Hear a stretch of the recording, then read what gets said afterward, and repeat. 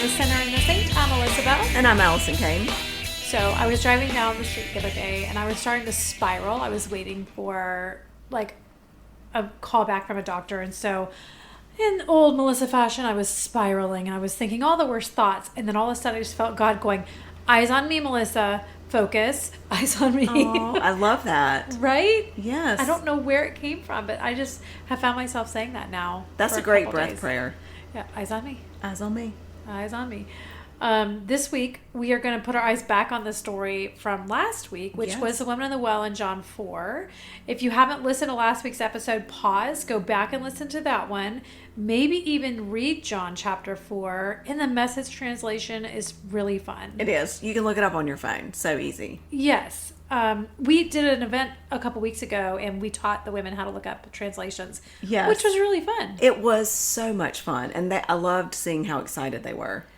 That it was right at their fingertips. Yeah. And that they had never really encountered that translation, several of them. Yeah, that was a fun gathering. Oh my gosh. We have to go back. We will, for sure. I made lots of friends. Yes, she did. She has a home. Yeah. Yes. It was fun. They might kick me out and keep you. I doubt it. We're pretty good together. Well, last week we looked at one of the questions that stood out, or one of my curiosities that stood out to me in the story of the woman at the well. And it was, why did Jesus ask a question that he already knew the answer to? So, again, go back and listen to that. But today, we're going to just kind of stay with verse 28, where it says, the woman went back to town, leaving her water pot behind.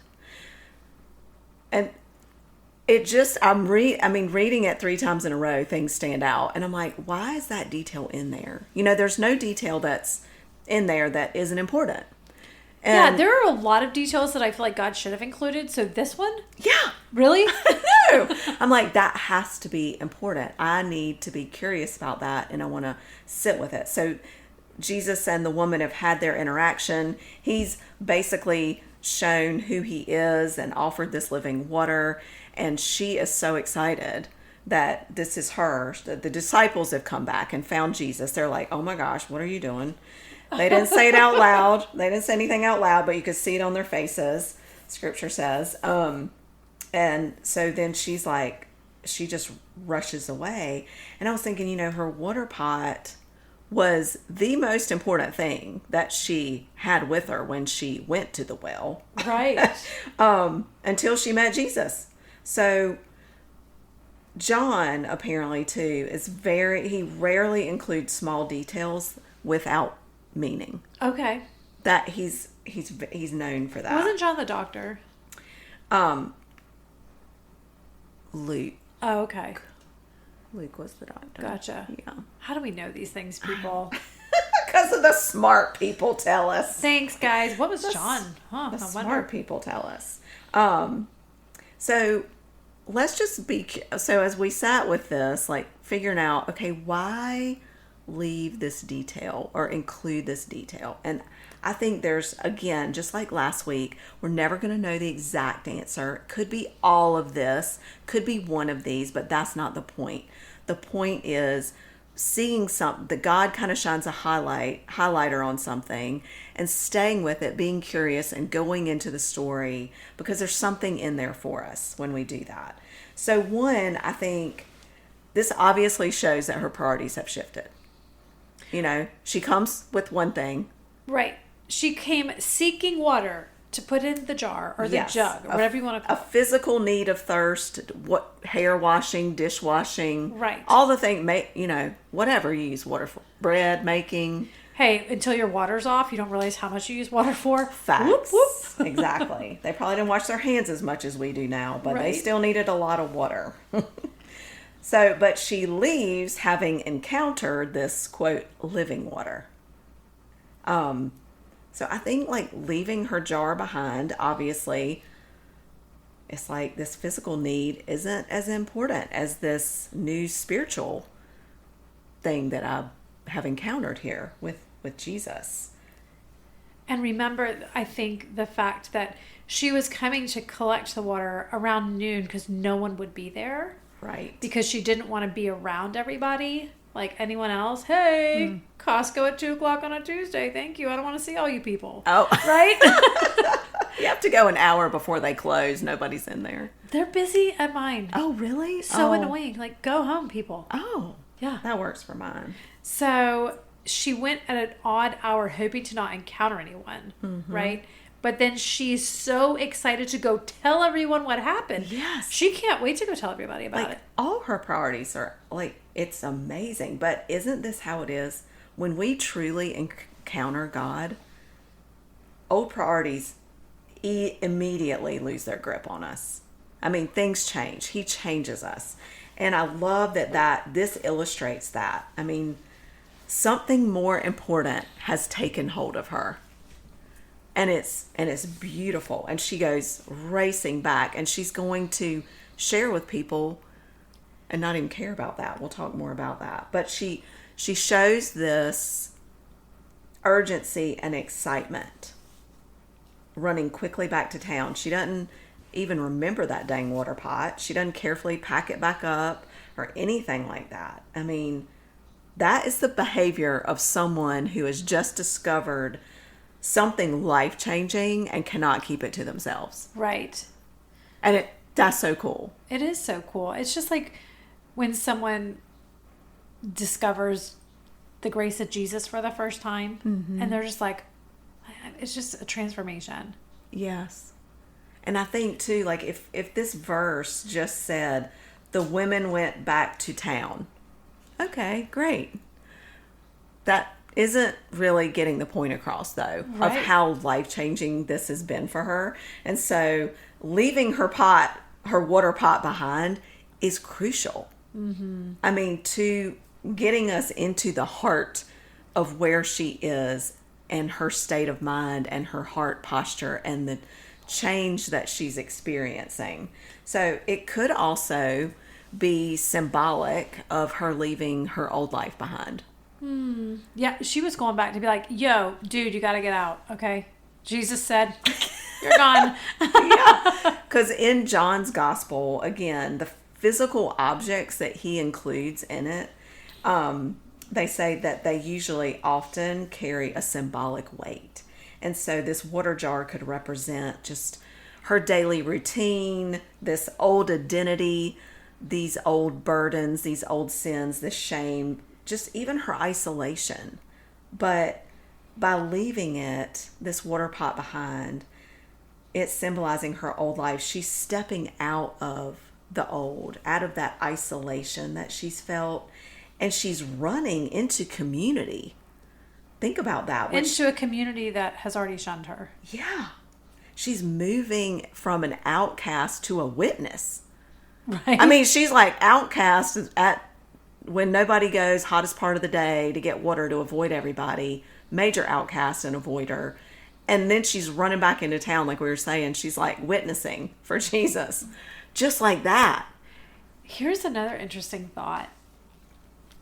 The people that she's witnessing to, they might not have the same quote unquote sin lifestyle that she had, but they had a sin lifestyle. It just may not have been so in your face. And so exactly. By him having that transformation, her having that transformation from the encounter with him is going to speak, I mean, volumes to the people that are hiding their sin. And I think that's why I love how Jesus in Scripture seeks out the most obvious sinners. You know, the ones that are outcasts, like Zacchaeus. And Tell me more about these people. I don't know them. I've never experienced one of those in my life. He calls them out and into a new life because if he loves these people, he can change the hearts of these people and their priorities and get them to leave their water pots behind for him, then he can do it for anyone. And hopefully, like you're saying, those other people that are like, well, my sin isn't as bad as hers, and Jesus loved her, he's going to love me. But he does that all through Scripture, and that is not by accident. Right. That he picks out the most obvious ones. I don't know if it's even by accident she left the jar. I think she left the jar to go back about 5:30 during happy hour and be like, oh, hey. Oh, my gosh. I love it. Oh, hey. Oh, you didn't meet Jesus? Because I did. Pause while I get my water, please.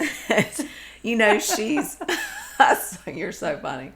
She has really moved from like seeker to sharer.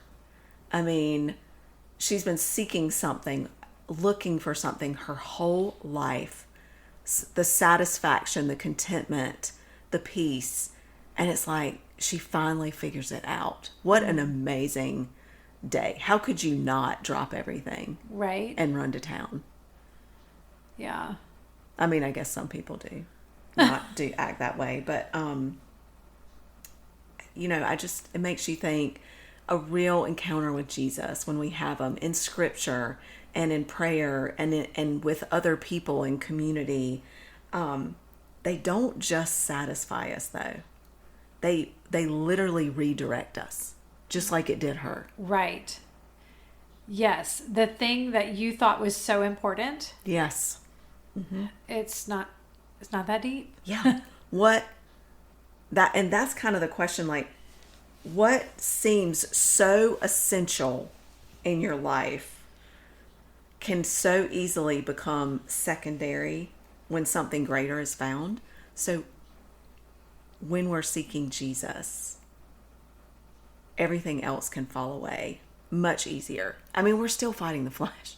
We're still fighting. I hate saying that, but like we're still fighting our human tendencies and our brains and all the things. But it seems like the question is, what do we need to leave behind that feels so essential to us now, but is not at all compared to God and his mission that he's calling us to?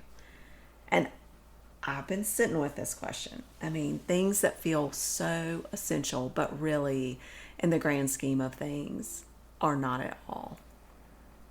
And it could seem like water is kind of like you got to have water and food to live. Right. So hers is like, actually, I do kind of need water. Right. Which, that's just sort of. Well, she was going to go back and get it later. She was going to go back and get her water tell later. all the people about it. Yes. But there are so many things in our life that we make so much more important and more essential than they truly are. Gosh, for me, I'm just going to lay it out there, was years ago, you and I leading women's ministry. Mm-hmm. It was a good time. We had a great time. We were doing good things, right? Yep. We hit roadblock after roadblock after roadblock. We kept going and we learned from it. Yep. But, man, I don't know. I think I'd rather go back and read books to my kids instead of doing all the things that I did for the ministry that I wouldn't say it was all for naught, right? Oh, God definitely uses everything. Right. But it's like, man, we did a lot. Yeah. So, and I mean, I'm sure it was important to some people at the time, but I think I made it a higher priority than a lot of things. I should have just stuck home. The priorities weren't. Well, yeah. And that's such a good point, because just because God is connected to it doesn't mean doesn't mean it's the priority that he's chosen for you at this time in your life.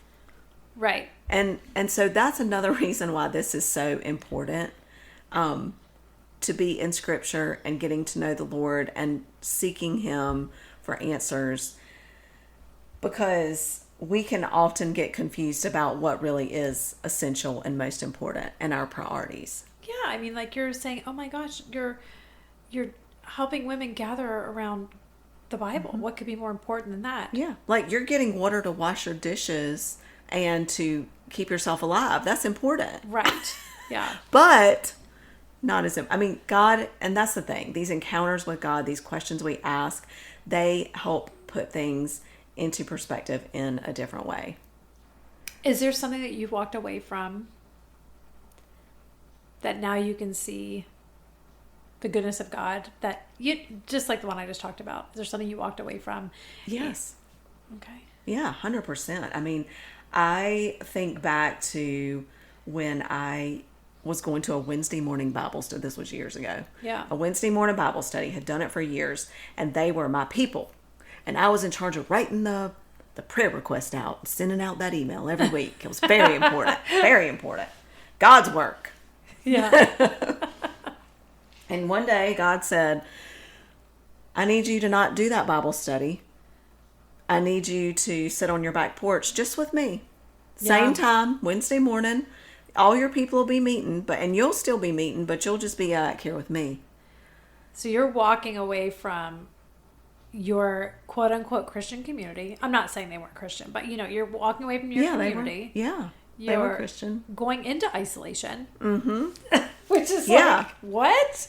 Exactly. So it seemed so counterintuitive and not what I would have chosen myself, which is how I always know it's God. Right. But sitting back, I was using that to bolster me instead of God to bolster me, I think. And so sitting back there just with him, he and I working through things changed so much of my heart and the trajectory of my priorities. And it helped me put things back into perspective.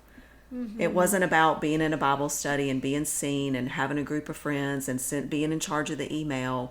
It was about time with him. And it took me a little while to see that. At first I felt like a little kid. Like, why would you ask me to give this up? This is a good thing. This is Bible study. Exactly. And I think that's where we can get off a little bit. And I think, when something's going to be that life altering for you, the opposition's going to come in and plant some seeds, right? So, meaning, I'm supposed to give this up. I know I'm supposed to give this up, and I'm committed to giving this up. God has told me to give this up. I can see all of the goodness of giving it up. And then the enemy just plants a little seed. But look at the difference you made. Look, those people said that because you were there. And don't you feel important because of that? Right. Because those people need you. Right. And so you're just like, I don't want to let anybody down. I don't. Right. I mean, they're just, and those aren't even negative things.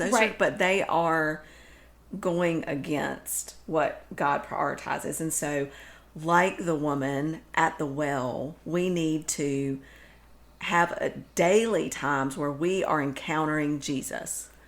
And I love how you started it, where it's like eyes on me. And in our situations of worry, in our situations just decision making, in our the choices that we make in every facet of our lives, eyes on me. Sit with me, encounter me, because once you encounter me in that moment, I will help you. I will give you what you need. I am the way. I am the source of the living water, and I will sustain you. And you cannot sustain yourself.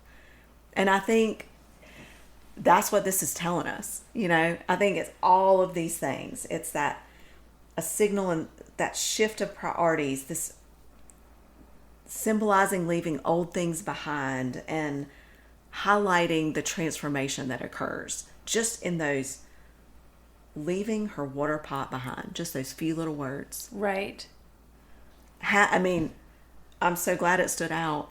It's never stood out to me before. Thank goodness you're journaling now. Where would we be if you weren't journaling? Y'all, like 4 years ago, maybe 3 years ago, she's like, I don't journal. I just can't get into it. She will burn through a journal. I think I already have like 8 stacked up, 8 or 9 up top. I'm keeping them now. I don't know what. That'll be like the one thing that I'll just leave behind. And maybe the kids will read them one day. Yeah, I think about that when I write my journals. Like, kids are going to see this one day. Yeah. Hopefully they can read cursive. Hopefully they, or maybe hopefully they can't. No. Right. Yeah, exactly. Maybe somebody will use it. Well, I hope this 2-part series has just given you a little insight into how alive Scripture is. Yes. And how, I've read, again, being in women's ministry for, decades. I've obviously been in this story many a time. And for something new to pop out in such an amazing way and to send me down this beautiful rabbit hole of just being curious, just asking the question, not needing the answer and to be right or to discover something, but other than to consider, why is that important? There's something more behind that. What can I learn from it? What does it teach me about God? What does it teach me? What is it asking me to ask myself? And how should I approach this? And that's what Scripture is. That's what it's for us to be curious, for us to learn more about God and ourselves, to gain courage. And it's just a fun exploration. I love that you just said the need to be right, because I have been working on failure. So maybe next week we talk about failure. Okay. And then the next time we have to talk about religious stereotypes. Yes. Okay. I know. We still have to work on that. Let's crank that up. That's just more homework for me, people. I'm pretty good at failure. Oh, no, girl, you're not. You are a huge success, and I love you. Hey, yeah. Thanks for joining us this week on The Sinner and the Saint.